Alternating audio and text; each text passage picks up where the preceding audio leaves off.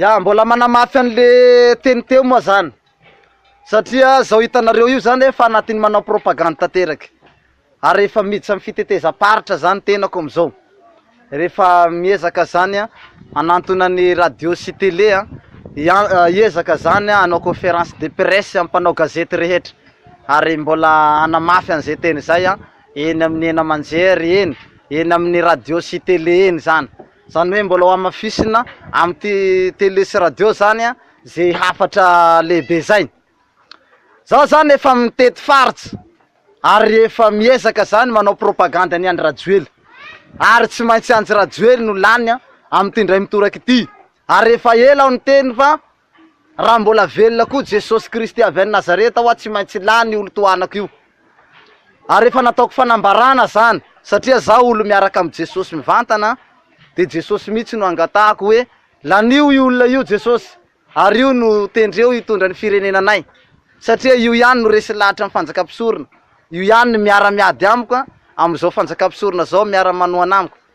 zao nge amin'ny fitondrany Andry Rajoely tsy raha misy olo manenjikenjiky zany tena libre mihitsy amin'ny fitoriana filazantsara zay mahatonga zao tena mivavaka mafy mihitsy hoe i Andry Rajoely no lany hitondra firenena ary zao koa de manetana anareo vahoaka raha ifidy ihany tsika do tsika ifidy any Andry Rajoely sahoana zalahy iza no vidinareo iza no vidinareo iza no vidinareo zay atsika tsy mila mifidy reo olo antsy reo i Rajao manino Rajao ahoana Rajao miala Rajao miala Rajao zao de zao miala Rajao zao de zao miala Rajao zao de zao zay sahoana antsika miaraka amin'ny Andry Rajoely miaraka amin'ny tanora ihany tsika tanora ihany antsika atsika tsy mila olo antsy zany tsy mila reo olo antsy reo tsika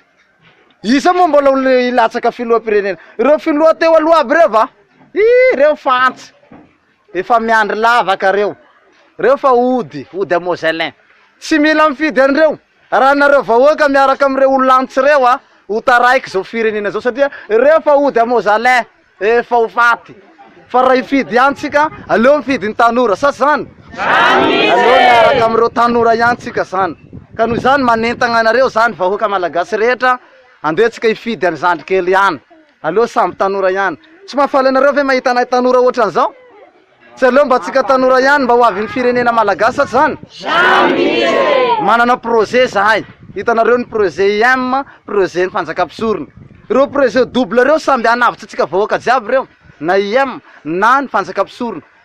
ka zaho de milaza aminareo fa fanavotana ho antsika tanora le asa ka izay mahatonga zahay manentana anareo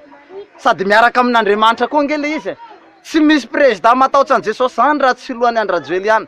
ka izay anentanako anareo vahoaka malagasy hoe raha ifidy ihany mifidy any président Andry Nirina Rajoely sa zany Andry Rajoely ihany natsika sa zany tsy maintsy lany io tsy maintsy lany olo toanako io tsy maintsy lany io ary zaho mivavaka mandrakariva ny alany any Andry Rajoely tsy maintsy lany io ka de engeny atsika rehetra samby ho tonga saina atsika vahoaka malagasy ifidy any Andry Rajoely zay zany hafatra lehibe ho antsika hafatra faharoa ka de manao makasetraka atsika manao mandram-pahaino anareo veloma tompoko